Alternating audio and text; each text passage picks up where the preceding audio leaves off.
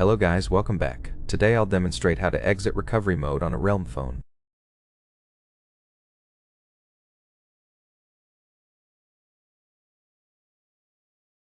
First, let me power off my device and enter the recovery mode.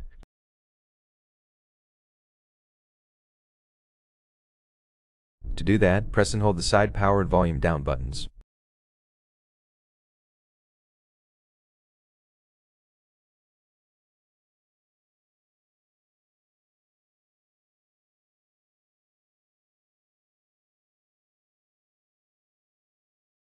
As you can see by the text over here, recovery mode is written.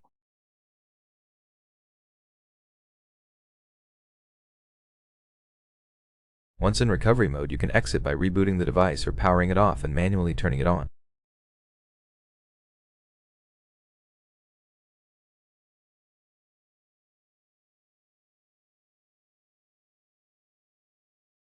I'll choose the reboot option. That would be more or less it. Thanks for watching, and bye.